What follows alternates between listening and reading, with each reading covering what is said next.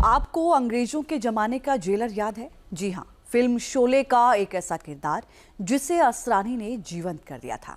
असरानी यानी गोवर्धन असरानी का कल दोपहर 3 बजे निधन हो गया। वो 84 साल के थे। असरानी के मैनेजर बाबू भाई थिबा के मुताबिक असरानी को 4 दिन पहले अस्पताल में भर्ती कराया गया था। उनकी फेफड़ों में पानी भर गया था, जिसकी वजह से वो काफ़ी तकलीफ झेल रहे थे। रिपोर्ट देखिए।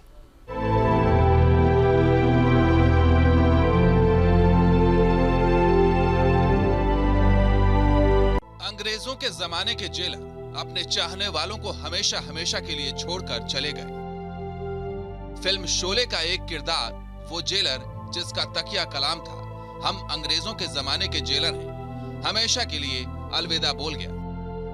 84 साल की उम्र में गोवर्धन असरानी का निधन हो गया।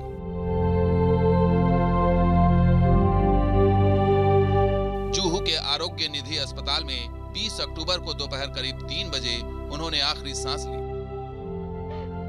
असरानी ने यूं तो फिल्मों में सैकड़ों किरदार निभाए, कॉमेडी में अपना नाम अमर कर गए, लेकिन चार्ली चैपलिन को ध्यान में रखकर गढ़े गए शोले फिल्म के जेलर के किरदार में असरानी की छवि कुछ ऐसी बनी कि बाद की फिल्मों में भी कई बार वो इस किरदार से बाहर नहीं निकल सके। एक्टर असरानी सोशल मीडिया पर काफी एक्टिव रहते थे। उन्होंने अपने निधन से 6 घंटे पहले फैंस के लिए दीपावली की शुभकामनाएं देते हुए एक इंस्टाग्राम स्टोरी शेयर की थी, जो तेजी से इंटरनेट पर वायरल हो रही है। लेकिन इस पोस्ट से पहले इंस्टाग्राम पर 7 दिन पहले एक्टर असरानी ने एक और पोस्ट शेयर किया था, जिसमें उन्होंने एक्टर कादर खान को याद किया था। सुपरस्टार राजेश खन्ना के साथ असरानी की बॉन्डिंग पर्दे पर खूब पसंद की जाती थी। असरानी ने काका के साथ करीब 25 फिल्मों में काम किया। राजेश खन्ना उन्हें लकी मैस्कट मानते थे। असरानी ने खुद एक इंटरव्यू में कहा था कि जब भी मैं काका के साथ फिल्म में होता था, फिल्म चल जाती थी।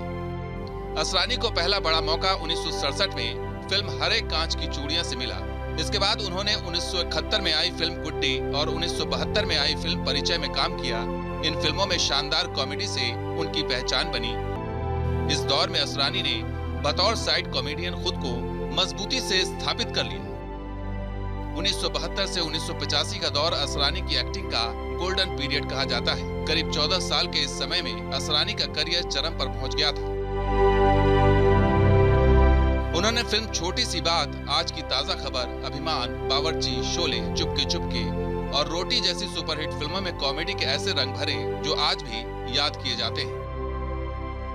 1975 में शोले का जेलर रोल तो आइकॉनिक बन गया। उन्होंने राजेश खन्ना, धर्मेंद्र, अमिताभ बच्चन और जया भादुड़ी जैसे सितारों के साथ लंबा काम किया।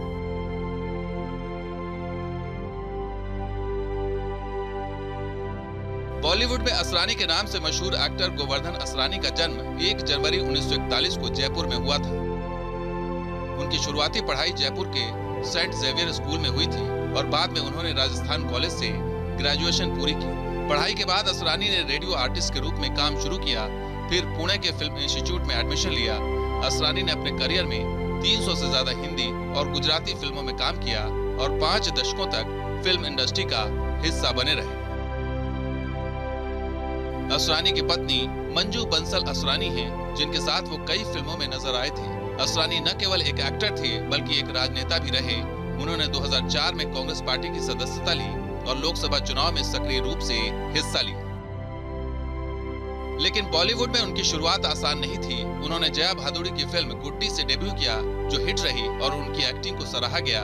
फिर भी उनका संघर्ष खत्म नहीं हुआ।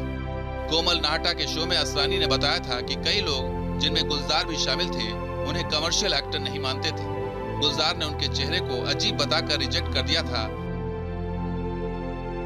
असरानी कहा करते थे कि डायरेक्टर एलवी प्रसाद ने भी कहा था कि असरानी न हीरो लगते हैं, न विलन, न कॉमेडियन और न ही रोमांटिक रोल के लिए फिट है। बॉलीवुड में रिजेक्शन के बाद असरानी ने साउथ फिल्म इंडस्ट्री का रुख किया, जहां उनके टैलेंट को पहचान मिली। वहां बड़े एक्टर्स और डायरेक्टर्स के साथ काम करने के बाद बॉलीवुड में भी उन्हें स्वीकार किया गया। बी.आर. चोपड़ा ने उन्हें निकाह में मौका दिया, जो हिट रही। असरानी ने हम नहीं सुधरेंगे, दिल ही तो है और उड़ान जैसी फिल्मों का डायरेक्शन भी किया। लेकिन उनकी असली पहचान बनी अमिताभ बच्चन और धर्मेंद्र की फिल्म शोले में जेलर के किरदार से, जो आज भी दर्शकों के दिलों में बसा है। असरानी का अंतिम संस्कार सांता क्रूज के शास्त्री नगर शमशान भूमि में परिवार और करीबी लोगों की मौजूदगी में शांति पूर्वक कर दिया गया। बताया जा रहा है कि असरानी नहीं चाहते थे कि उनके निधन के बाद कोई शोर या हलचल मचे। उन्होंने अपनी पत्नी मंजू असरानी से पहले ही कह दिया था कि उनकी मृत्यु की खबर किसी को न दी जाए। इसी वजह से परिवार ने बिना किसी औपचारिक घोषणा के चुपचाप उनका अंतिम संस्कार कर दिया।